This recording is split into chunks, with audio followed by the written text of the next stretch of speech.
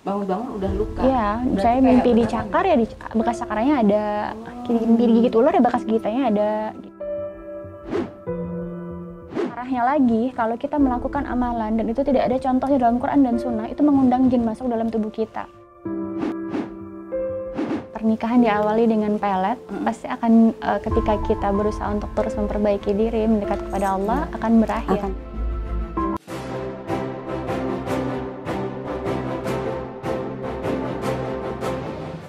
Mau hadiah jutaan rupiah atau grand prize umroh gratis?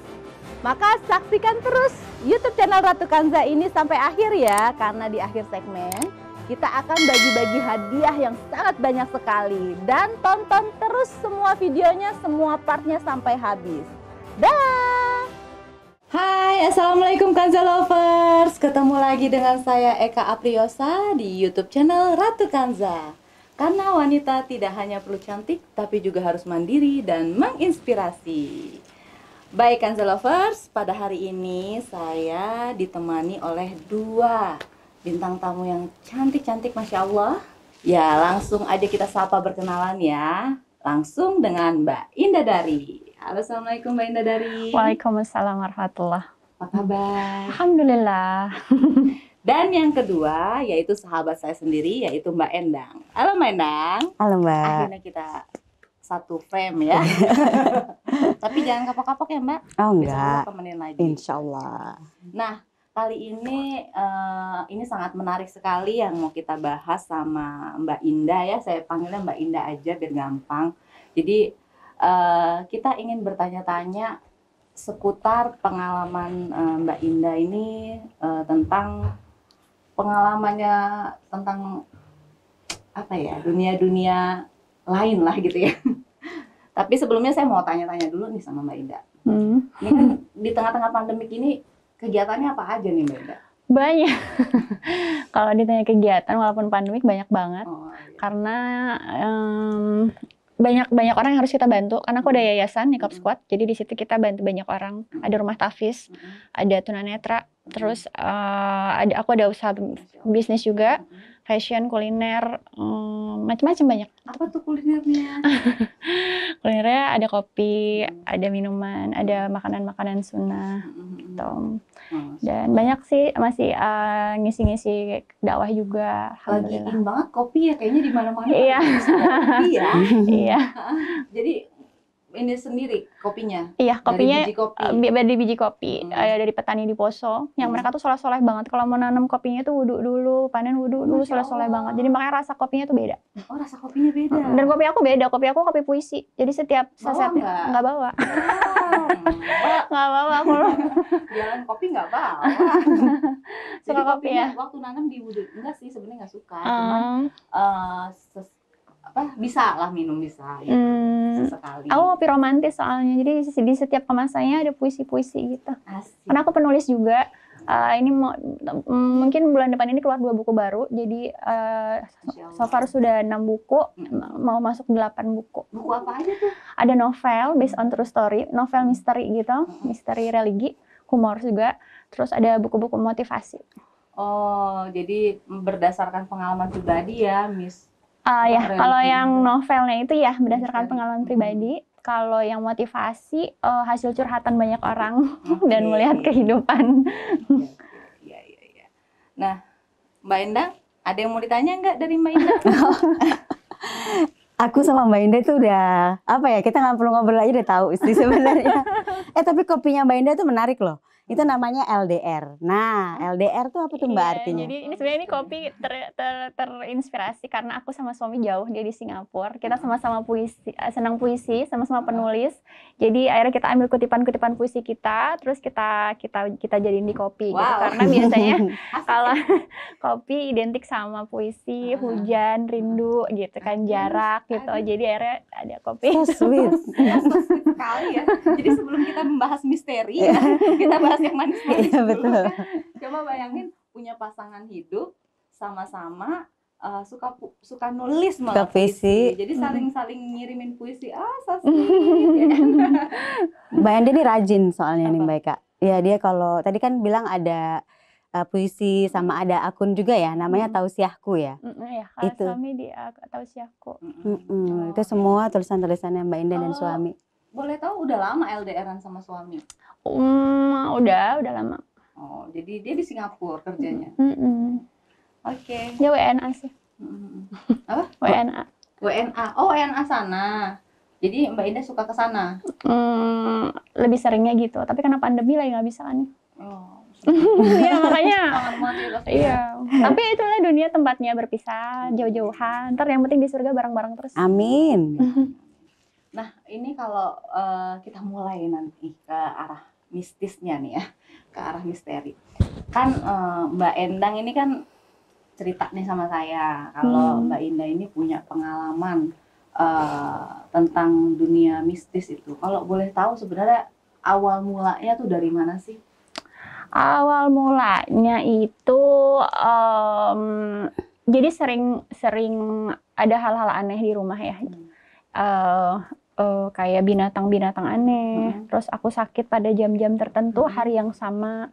Tapi dicek ke dokter nggak kenapa-kenapa. Terus sering mimpi buruk yang terus-terusan sampai. Tapi kalau misalnya aku terluka di mimpi itu, bangunnya nyata, luka beneran. Gitu. Padahal nggak ngapa-ngapain? Iya, padahal berantem. Misalnya berantem sama makhluk. Misalnya aku dikejar-kejar sama makhluk mimpi. Nggak, maksudnya gitu. padahal sebelum tidur itu nggak ngapa-ngapain kan? Berarti kan dalam mimpi kan? Bangun-bangun udah luka. Iya, misalnya mimpi dicakar ya bekas cakarnya ada. Mimpi digigit ular ya bekas gigitannya ada gitu. Oh gitu. Berantem ya misalnya biru-biru, ya udahnya biru-biru gitu. Itu umur berapa tuh Mbak Indah? Sebenarnya nggak dari kecil sih ya gitu. Cuma dari kecil emang udah ada gangguan, sering lihat-lihat gitu, terus nanti hilang. Nah kalau yang beberapa tahun akhir-akhir ini, berapa 5 tahunan terakhir ini, itu ya yang lebih ke kayak sihir. Karena sebenarnya gangguan jin itu ada macam-macam, ada beda-beda. Ada yang sihir, yang dia emang dikirim sama orang. Ada yang dia emang dari jin nasab, jadi dari leluhur, jadi apakah orang tua, kakek atau nenek moyangnya yang pernah kerja sama jin sehingga diturunin gitu jinnya ke keturunannya. Ada juga dia jin hodam. Jin hodam itu yang dia pakai susuk, dia pernah pakai jimat, dia datang ke dukun minta tolong sama dukun supaya apa rezeki jodoh apa, terus sehingga itu namanya jin hodam. Jadi yang mendampingi dia untuk seolah-olah ngelindungin dia gitu. Itu terus ada lagi jin gangguan jin yang gangguan jin yang biasa, misalnya nempel karena kita lagi males ibadah apa, terus dia ganggu gitu. Yang nempel gitu aja ya. Yang kalau terlalu sedih, kosong juga pikiran itu bisa juga ya. Ya, karena memang ada beberapa hal yang memang membuat jin itu mudah masuk. Sebenarnya adik saya juga dulu sempat seperti itu sampai 6 bulan dan itu kehilangan sadar total gitu. Jadi makanya kenapa saya percaya ya memang terjadi, pernah ngalamin. Nah kalau Mbak Indah sendiri itu pertama kali dikasih bisa ngelihat begitu, penglihatan seperti itu sama Allah itu? Kalau bisa ngelihat, kalau misalnya lagi lagi serangan sihir datang gitu dan aku ngerasa ibadahku kurang, ya maybe bisa lihat. Tapi ketika misalnya udah berusaha memperbaiki diri ya, karena dulu aku berpikir bahwa orang yang bisa lihat itu normal, bahkan itu adalah suatu kelebihan yang diberikan sama Allah, yang lain nggak bisa lihat, aku bisa lihat gitu. Ternyata padahal itu salah banget, karena setiap orang yang bisa lihat berarti dalam dirinya ada jin, karena sejatinya manusia dan jin itu nggak bisa lihat, beda alam. Jadi kalau ada orang bisa lihat jin, berarti dalam dirinya ada jinnya gitu. Dan itu sebenarnya nggak boleh gitu, karena bagaimanapun juga akan mengganggu aktivitas ibadah kita. Dan parahnya kalau kita udah tahu ada gangguan jin, kita diamin aja, endingnya mereka akan menggagalkan kita mengucapkan kalimat la ilaha illallah ketika meninggal. Jadi nggak boleh santai-santai gitu ya. Nggak apa-apa, aku kan bisa nolongin orang, bisa ngeramal, bisa ini ngasih tahu apa yang terjadi ini gitu. Dan merasa orang-orang jadi banyak percaya sama dia, banyak orang gitu ya percaya sama omongan dia karena dia bisa tahu yang masa lalu dan masa mendatang gitu, dianggap suatu kelebihan, padahal itu adalah dosa besar, masuk syirik gitu ya Mbak ya. Syirik dan dukun ya jatuhnya ya gitu, dan itu kan naudzubillah gitu, dan dukun tanpa dia sadari gitu. Kalau dukun kan jelas ya dia ada praktek apa gitu. Kalau orang-orang yang seperti itu kan dukun tanpa dia sadari gitu kan. Dan bahkan walaupun dia gelarnya ustadz sekalipun ya. Itu banyak banget berkedoknya ustadz, pakai bajunya ustadz, ininya ngasih taunya pakai dalil-dalil Quran gitu. Cuma ternyata itu nggak ada tuntunannya gitu. Dan parahnya lagi, kalau kita melakukan amalan dan itu tidak ada contohnya dalam Quran dan Sunnah, itu mengundang jin masuk dalam tubuh kita. Dan itu tuh bukan hal yang harus kita sepelein gitu. Parahnya kita tidak akan bisa menikmati ibadah dan kita akan selalu disesatkan seolah-olah kita benar padahal itu melenceng dari agama dan tertolak. Kalau ibadah kita tertolak mau jadi apa? Sedangkan mati datangnya sewaktu-waktu. Ketika mati jin berhasil menguasai kita dan dia menggagalkan kita mengucapkan kalimat tauhid, naudzubillah. Kan endingnya di situ. Nah, ini jadi pengen nanya masalah pribadi tadi Mbak Indah ngomong kayak gitu ya. Ketika melakukan amalan yang melakukan suatu amalan tapi caranya salah, itu bisa mengundang jin masuk kan? Bisa. Nah, ini yang mau saya tanyain. Ini pengalaman pribadi saya nih, Mbak Indah. Saya kebetulan udah pernah pisah ya. Nah, itu setelah saya pisah, itu saya merasakan ada gangguan. Kayak semacam ada batu besar menghimpit dada saya. Padahal saya pikir sakit jantung karena sesak kan. Tapi pas saya cek medical check up saya tidak kenapa-napa, nggak ada sakit riwayat jantung. Tapi yang aneh lagi pas saya turun dari kasur pengen ke toilet, kaki saya nggak ada rasa, lemas. Saya pikir oh mungkin saya emang lagi kesemutan atau gimana, nggak ngerti gitu, mungkin punya. Jamnya sama terus? Jamnya sama terus nggak? Waktunya? Saya nggak perhatiin jam tuh. Cuma yang jelas saya udah ngerasa aneh, saya ruqyah. Oh sorry, enggak. Saya minta petunjuk dulu tuh sama Allah. Kenapa ini Allah kasih petunjuk? Nah nggak tahu kenapa. Ini kan lemari saya tuh kan sampai plafon ya, tinggi gitu. Nah biasanya baju-baju yang pakaian udah nggak pernah saya pakai lagi, saya taruh paling atas. Entah kesempitan atau kebesaran. Emang nggak pernah kesentuh gitu. Nah terus saya tergerak hati saya untuk nyari gitu loh. Akhirnya saya nyari pakai tangga. Kok saya ngoprek-ngoprek lemari yang paling atas ini gitu. Nah, jatuhlah sebuah buhul.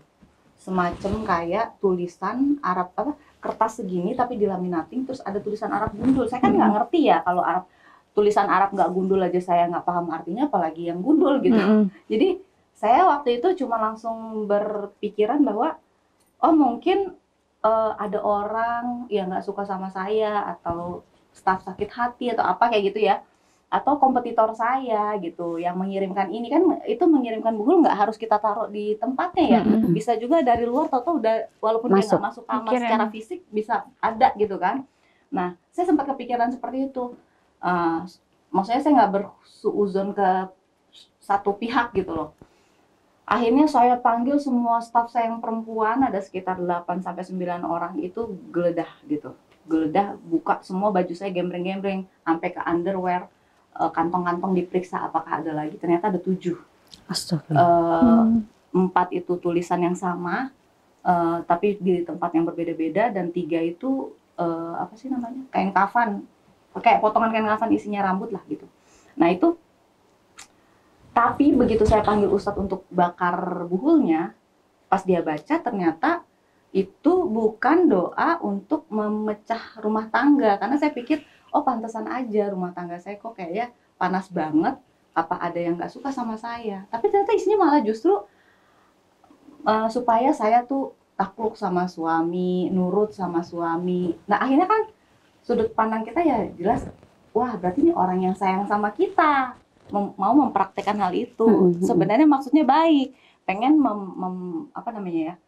membuat rumah tangga ini adem ayem mungkin ya maksudnya, tapi mungkin ya itu tadi kalau caranya tidak baik, amalan itu yang ngundang jin juga ujung-ujungnya gitu kan. Dan masih terpisah karena ketika pernikahan diawali dengan pelet, pasti akan ketika kita berusaha untuk terus memperbaiki diri, mendekat kepada Allah, akan berakhir. Itu saya juga mikir kenapa posisinya begitu, sampai akhirnya ketemulah benang merahnya dari satu mulut ke mulut yang lain bercerita gitu bahwa ini bilang saya kalau pulang duluan ya, saya mau naklukin hati Eka dulu nih gitu. Nah terus yang kedua bilang, saya kalau setiap ada masalah sama Eka, ada satu adik ipar saya kan hafiz Quran, dia sempat ya mantan saya bilang kalau setiap ada masalah sama saya, dia itu selalu datang ke kiai gitu untuk minta wejangan, doa, zikir, untuk dizikirin supaya naklukin aku. Nah akhirnya ngobrol lah sama ustadz yang ngerukiah saya, ngerukiah rumah itu, katanya tidak ada zikir yang bisa menaklukkan hati apa namanya ya, orang lain. Zikir itu maknanya aja hanya dari makna aja udah jelas bahwa untuk mendekatkan diri sama Allah, menenangkan hati dan melindungi diri sendiri dari jin. Sebenarnya kan fungsi zikir itu gitu kan. Tapi ketika zikir itu diyakini bisa menaklukkan hati orang lain, itu kan berarti suatu amalan baik tapi dilakukan dengan Cara yang salah. ya. Mungkin nggak sih gara-gara itu masuk jinnya itu?